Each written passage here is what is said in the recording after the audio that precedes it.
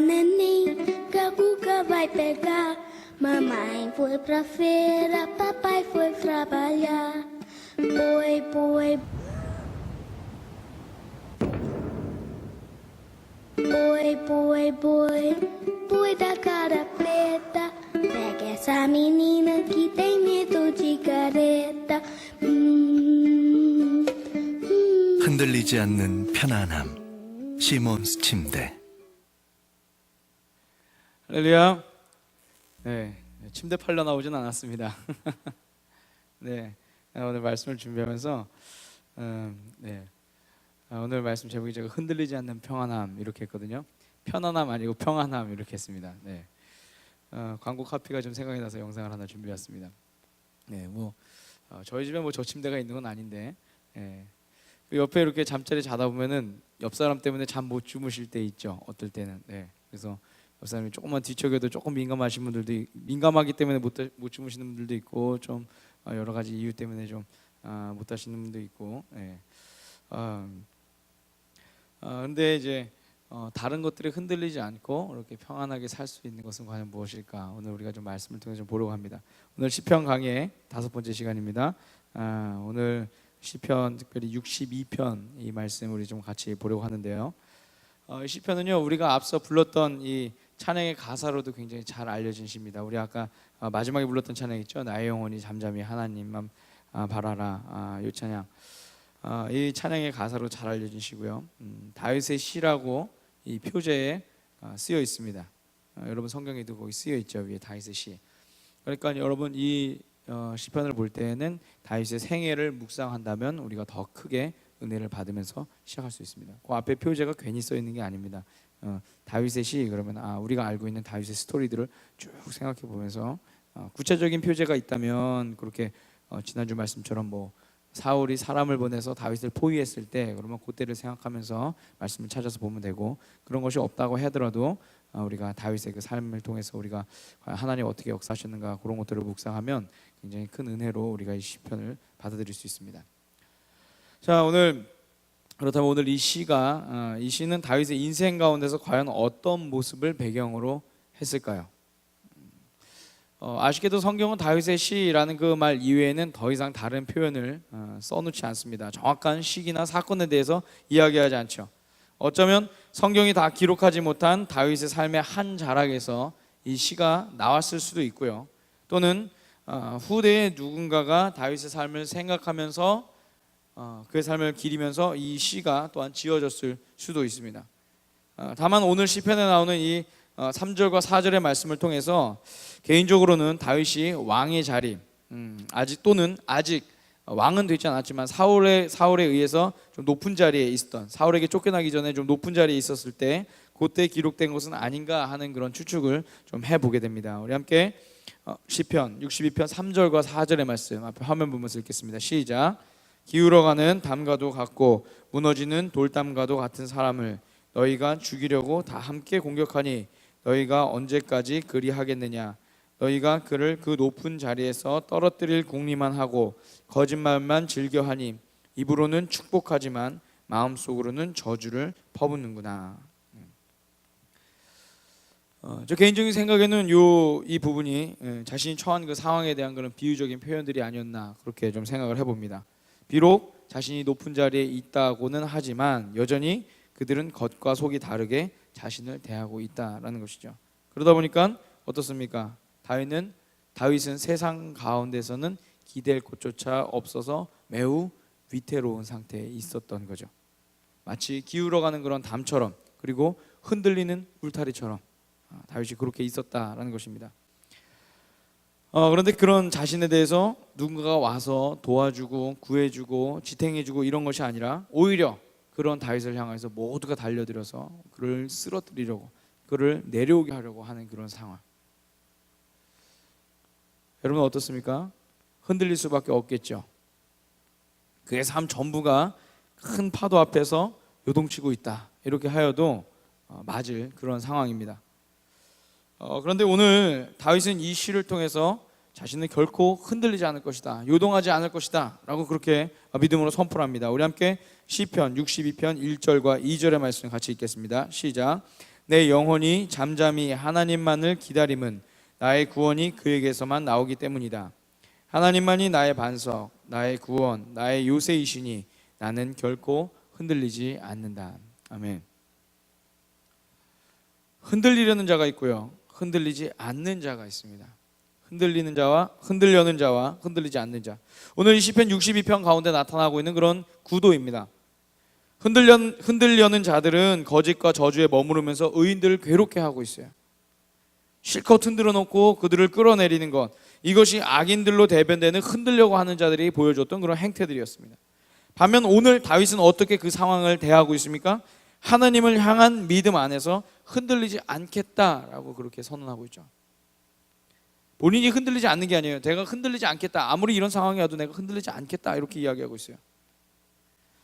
자, 그런데 사실 이런 흔들려는 자와 그리고 흔들리지 않는 자의 이 구도는 오늘 우리의 삶 가운데서도 나타나고 있는 그런 모습들입니다. 물론 그것이 꼭 폭력적인 모습으로만 그렇게 나타나고 있지는 않습니다. 때로는 유혹을 통해서 우리 가운데 나타나기도 하고요, 이런저런 어려운 상황들을 통해서 나타나기도 합니다. 그리고 우리가 더욱 한 번 더 생각해 봐야 될 것은 무엇이냐면, 그것이 꼭 외부적인 요인에 의해서만이 아니라 우리 스스로가 우리를 흔드는 경우도 있다는 것이죠. 다시 말씀드릴까요? 우리 스스로가 우리를 흔드는 경우도 있다는 것입니다. 왜 그럴까요? 우리가 하나님 안에서 마음을 잡고 기준을 잡지 못한 채 살아갈 때가 있기 때문에 그렇습니다. 저는 그 학창 시절에, 초등학교 그리고 중학교 때, 이때 학창 시절에 운동장에서 이렇게 조회를 하지 않습니까? 운동장에서 이렇게 학생들 쭉 모아놓고 조회를 하면 기준을 참 많이 했습니다. 기준 이렇게 하는 거. 웃으시는 분들은 벌써 상상이 가시네요. 기준을 많이 했어요. 이유는 제가 말씀드릴 수는 없습니다. 제 키가 180이 조금 안 되는데, 그 중에서도 180이 조금 먼 사람들부터 이제 기준을 이렇게 좀 세우더라고요. 그래서 뭐 반별로 모일 때도 그렇고, 체육 시간에도 그렇고, 뭐 조회 시간에도 그렇고, 기준 그러면 합니다. 여러분, 그런데 이때 이 기준이 가져야 할 가장 중요한 요건이 뭘까요? 기준이 가져야 할 가장 중요한 요건, 움직이지 않아야 돼요. 그죠? 기준은 움직이면 안 돼요. 저는 손만 번쩍 들고서 소리만 버럭 지르면 된다. 기준! 그러면 어떻게 합니까? 선생님이 양팔 간격 좌우로 나란히! 그러면 학생들이 하나 둘 야! 그러면서 쫙 펼쳐지죠. 저를 중심으로 해서. 그러고 보니까 하나님이 저를 일부러 저를 중심으로 이렇게 좀 돌게 하려고 그렇게 하신 것 같아요. 저를 중심으로 이렇게 쫙 펼쳐집니다. 날개가 쫙 펼치듯이.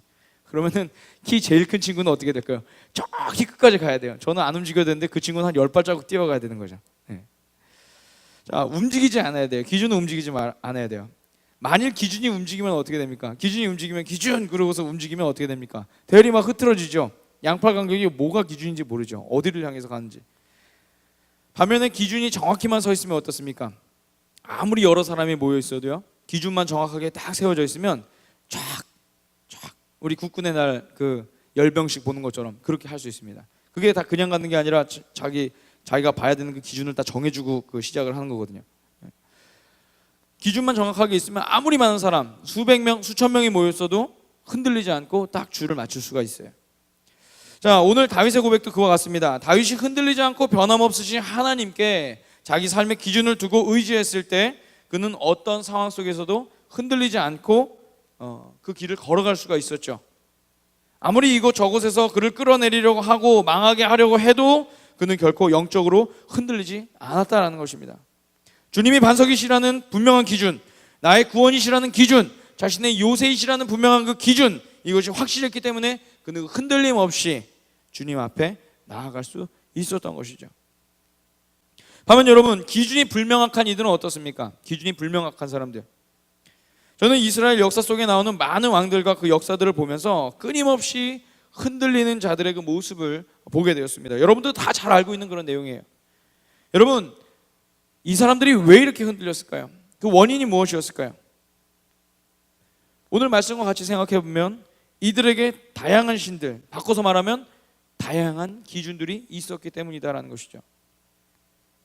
여러분, 우리가 잘 알다시피 이스라엘은 출애굽을 하고 난 뒤에 광야 생활을 거치면서 하나님과 언약을 맺습니다. 그리고 오직 하나님만을 섬기기로 맹세를 했죠. 이게 하나님의 백성의 가장 첫 번째 원칙이었습니다. 그런데 가나안 땅에 들어가 보니까 어땠을까요? 하나님 이외에도 많은 신들이 있었어요. 이미 뭐 이것은 선조의 때에서도, 이들의 그 선조 부족장들 때에서도 마찬가지였지만, 이 사람들이 광야 생활을 마치고 가나안 땅에 딱 들어가니까 굉장히 많은 신들이 막 있었던 거예요. 말로만 듣고 소문으로만 들었던 그런 것들. 물론 진짜 신들이었는가? 진짜 신은 아니죠, 그죠? 사람이 만들어낸 거예요. 그렇지만 광야 촌사람들이었던 이 이스라엘 백성들에게 있어서는 굉장히 매력적인 것이었었고, 그리고 그 신들을 통해서라면 자신들이 마치 그동안 누리지 못했던 풍요와 부를 누릴 수 있을 것이다. 이 사람들은 이렇게 생각을 했었던 것입니다. 가장 대표적인 것이 성경에서도 자주 나오고 있는 그 바알이라고 하는 그런 신입니다. 원래는 이 바알은 사실 어떤 특정한 신이 아니라 주라고 하는 그 롤드라고 부르는 그런 말입니다. 바알은 그 하늘과 비를 보통 담당하는 신이다라고 그렇게 사람들은 이제 믿었는데요.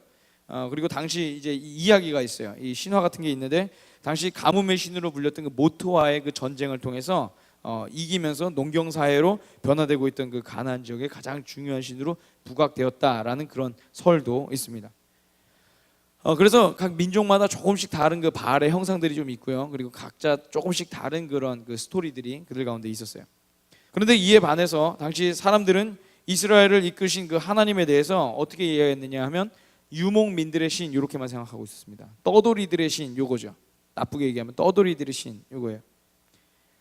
이 얘기는 뭐냐면, 정착해 살고 있는 문화가 훨씬 상위권의 문화였잖아요. 역사적으로 정착해 살고 있는 사람이 상위권의 문화였고, 떠돌아다니는 사람은 하위권의 문화입니다. 즉 이 개념은 뭐냐면, 과거의 문화, 즉 하위 문화권의 신 하나님에 대해서 이 사람들은 이렇게 생각을 했던 거예요. 근데 이렇게 생각한 것이 가나안 사람들, 뭣도 모르는 가나안 사람들만 그렇게 생각한 것이 아니라 이스라엘 민족도 마찬가지로 그렇게 생각을 했다는 거죠. 이미 하나님께서 수도 없이 이들 앞에서 많은 기적을 보여주시고 하나님의 전능하심에 대해서 계속해서 보여주셨음에도 불구하고 이들은 자신들의 그 틀 안에서 하나님을 가둬버립니다. 그러다 보니까 어떻게 됐습니까? 당연하다는 듯이 가나안의 문화와 종교들을 따라가게 되는 것이죠. 불과 자신들을 가나안 땅으로 인도하였던 그 여호수아의 그 세대가 끝나기 전에 벌써 이런 문제들이 발생을 하기 시작했던 거예요. 그러니까 여호수아가 마지막에 유언처럼 이렇게 말하지 않습니까? 나와 내 집은 오직 여호와를 섬기겠노라. 여러분, 그들의 타락하고 문란한 문화들을 보면서 이 이스라엘 백성들이 쾌락을 추구하고 거룩하고 정결한 삶보다는 부요함에 눈이 멀어져 가기 계속 시작했다는 거예요. 이 세대들이 계속 그렇게 물들어갔던 거죠.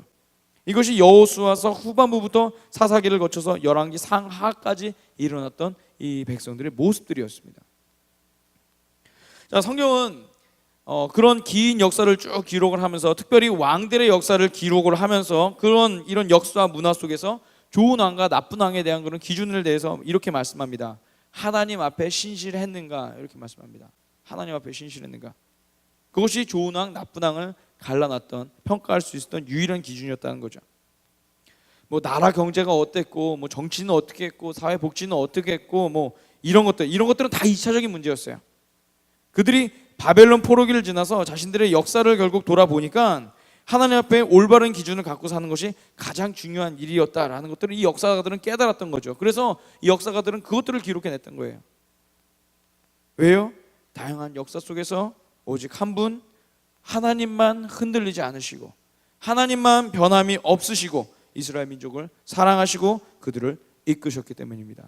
할렐루야.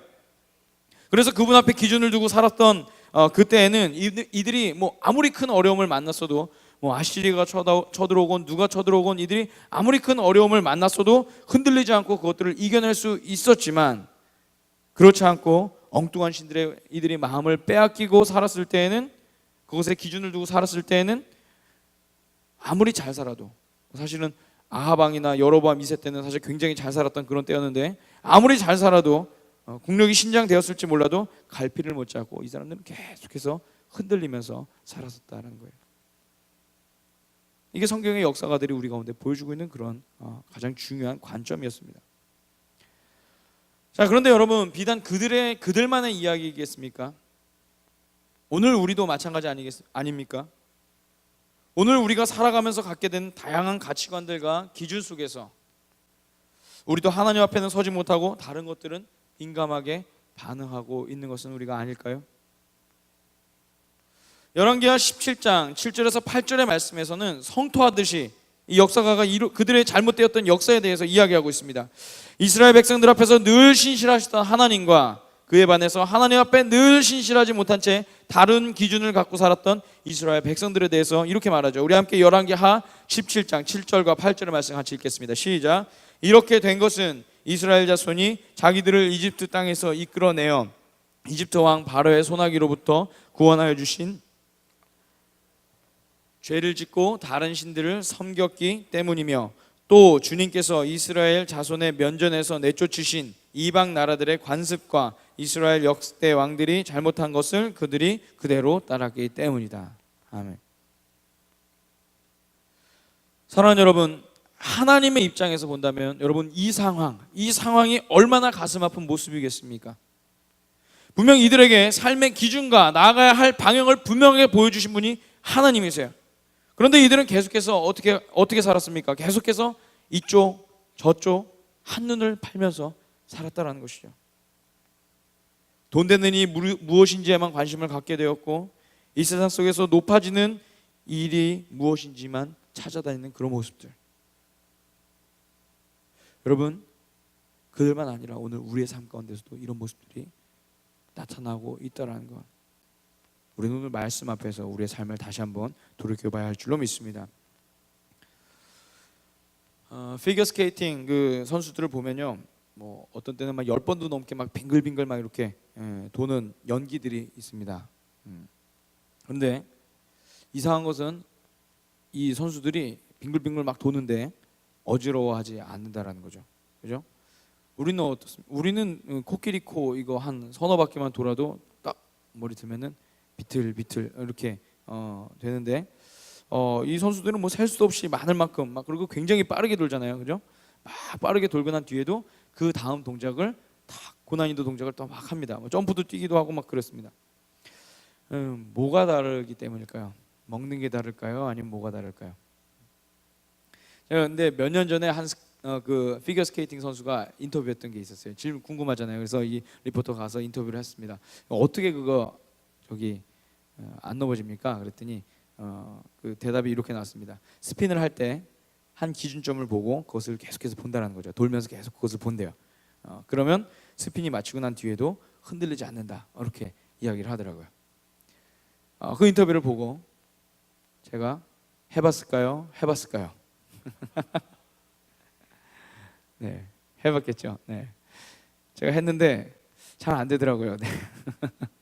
잘 안 되는데 된다라고 믿고 해보니까 네, 모르겠습니다. 계속 연습하면 될 수도 있을 것 같아요. 네. 아무튼 그 선수는 이제 그렇게 자기만의 비결을 그렇게 이야기를 해요. 제가 존경하는 목사님 중에 한 분인데 그 청파 감리교회를 담임하시는 그 김기성 목사님께서 토론토, 제가 살고 있던 그 토론토에 오셔서 부흥회를 한번 하신 적이 있었습니다. 그 감리교 목사님들 모아놓고 이제 부흥회를 하셨었는데 이런 말씀을 해주셨어요.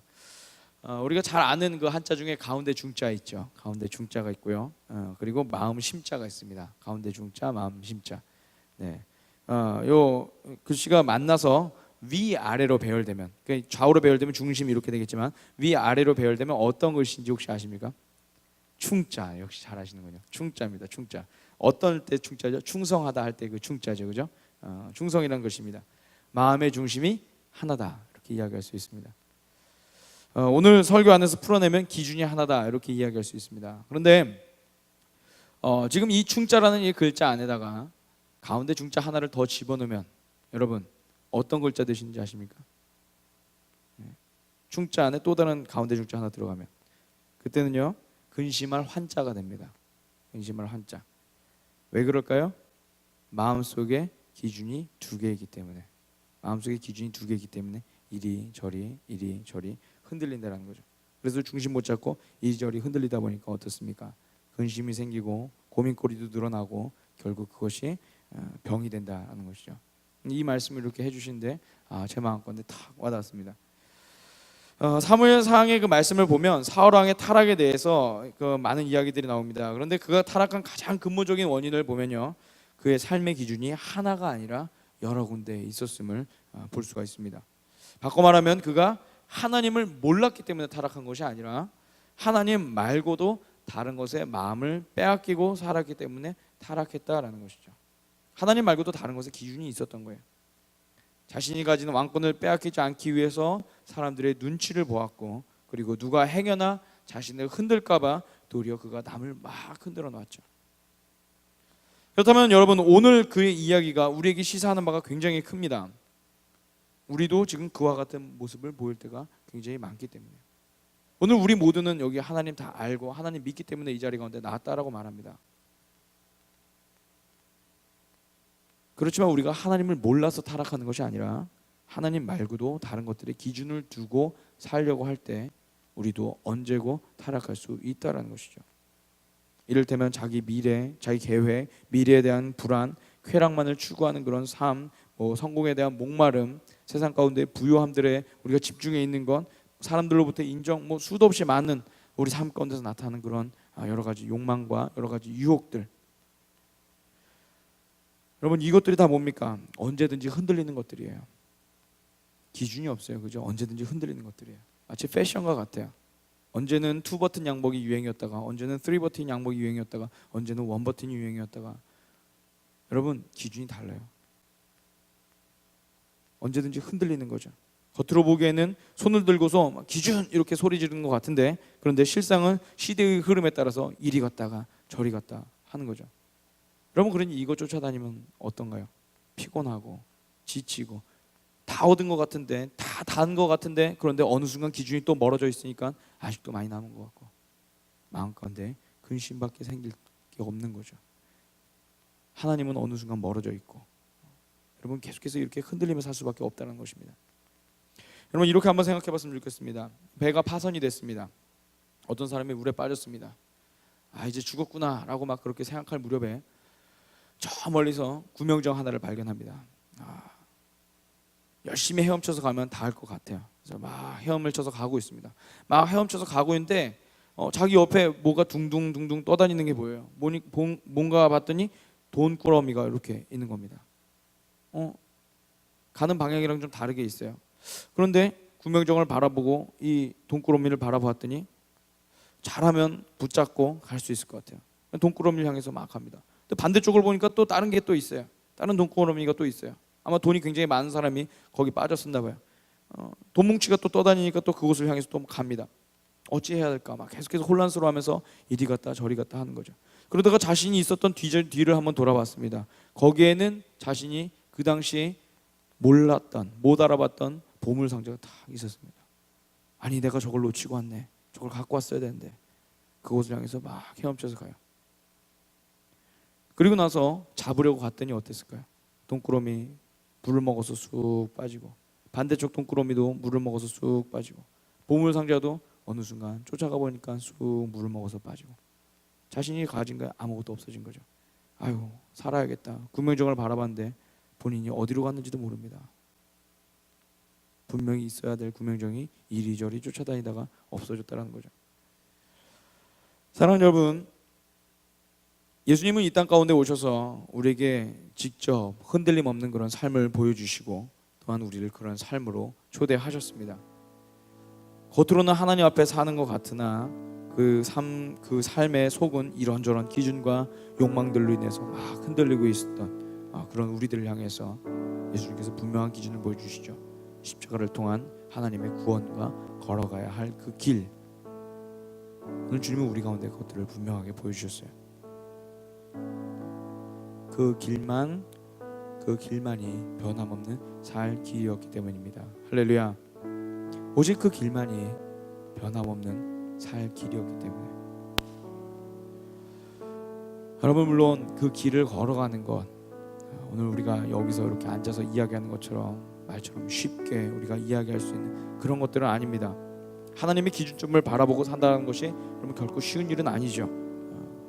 그 길을 잘 걸어가는 것 같아도 그 안에서 만나게 되는 무수히 많은 그런 욕망과 새로운 기준들에 대한 그런 막 도전들이 막 있어요. 꼭 그렇게 살아야만 예수를 믿는 것이냐라는 질문들도 또 우리 가운데 막 계속해서 다가오게 되죠. 내가 꼭 이렇게 해야 되는가? 그런데 여러분, 우리가 분명하게 알아야 될 것은 그렇게 살아야만 예수님을 따라갈 수 있습니다. 여러분, 그렇게 살아야만 예수님 따라갈 수 있어요. 그리고 그렇게 하나님을 신뢰해야만 우리가 흔들리지 않고 하나님 앞에 온전히 걸어갈 수 있다는 것입니다. 할렐루야, 할렐루야. 오늘 이 시간, 오늘 이 말씀 가운데 우리 같이 함께 도전하면서 같이 찬양하고 우리가 오늘 이 밤에 우리 같이 기도하길 간절히 소망합니다. 주님, 우리가 흔들리지 않고 주님 바라보겠습니다. 오늘 시편 이 시인의 이 고백과 같이 하나님, 우리가 어떤 상황과 환경 가운데 있을지라도 하나님, 그것 때문에 우리가 흔들리는 것이 아니라 하나님, 세상의 여러 가지 유혹과 삶의 기준들 때문에 우리가 흔들리는 것이 아니라 하나님, 우리가 주님을 바라보면서 하나님, 주님 안에서 내가 흔들리지 않고 하나님, 내가 요동하지 않고 삶을 살아나가겠습니다. 우리 지금 같이 함께 그러한 결단으로 오늘 같이 함께 찬양하고 오늘 기도하겠습니다.